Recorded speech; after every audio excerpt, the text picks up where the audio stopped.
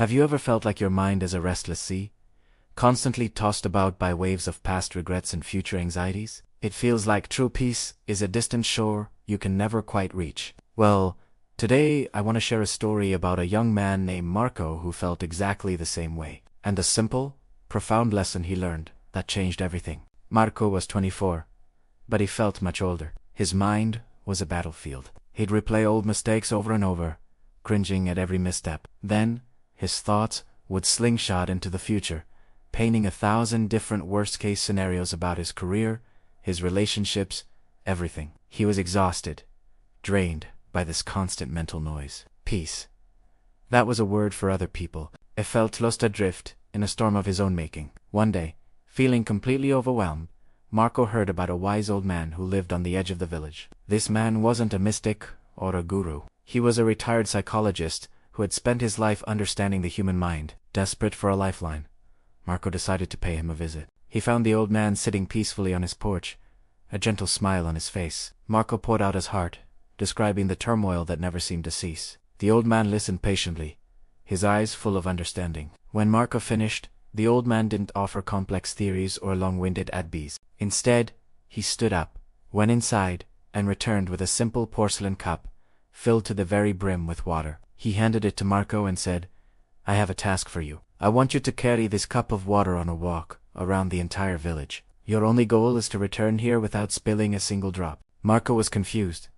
How was this supposed to help his anxiety? But he was desperate, so he agreed. He took the cup, his hands trembling slightly. As he started his walk, his entire world shrank to the shimmering surface of the water in that cup. He had to watch every step, feel the texture of the path beneath his feet, and adjust his balance with every slight incline or breeze. The usual chatter in his head went silent. There was no room for past regrets or future fears. His mind was completely occupied with the present task. Don't spill the water. He noticed the way the sunlight danced on the surface, the subtle shifts in his grip, the rhythm of his own breathing. He walked past the bustling marketplace, past children playing, past neighbors chatting, but he barely registered them. His focus was absolute. Finally, after what felt like both an eternity and a mere moment, Marco returned to the old man's porch, the cup still full. He carefully placed it on the table, a sense of quiet accomplishment washing over him. "I did it," he said, a little out of breath. "I didn't spill a drop." The old man smiled his knowing smile. "Tell me, Marco," he asked gently, "while you were carrying the cup, were you worried about the argument you had last week? Were you anxious about your job interview next month?" Marco stopped and thought about it. A look of revelation dawned on his face. "No," he said, almost in a whisper. I wasn't thinking about any of that. I was just thinking about the water." "Exactly," the old man said. "The peace you're searching for isn't in some far-off place. It wasn't in my advice. It was right there with you, on your walk." When your mind was fully engaged in the present moment, there was no space for anxiety. Peace isn't something you find. It's what's left when you let go of everything else. The cup of water was just a tool to anchor you to the now. It was like a light bulb switched down in Marco's mind. He understood. All this time he had been looking for peace, as if it were a destination. But it wasn't.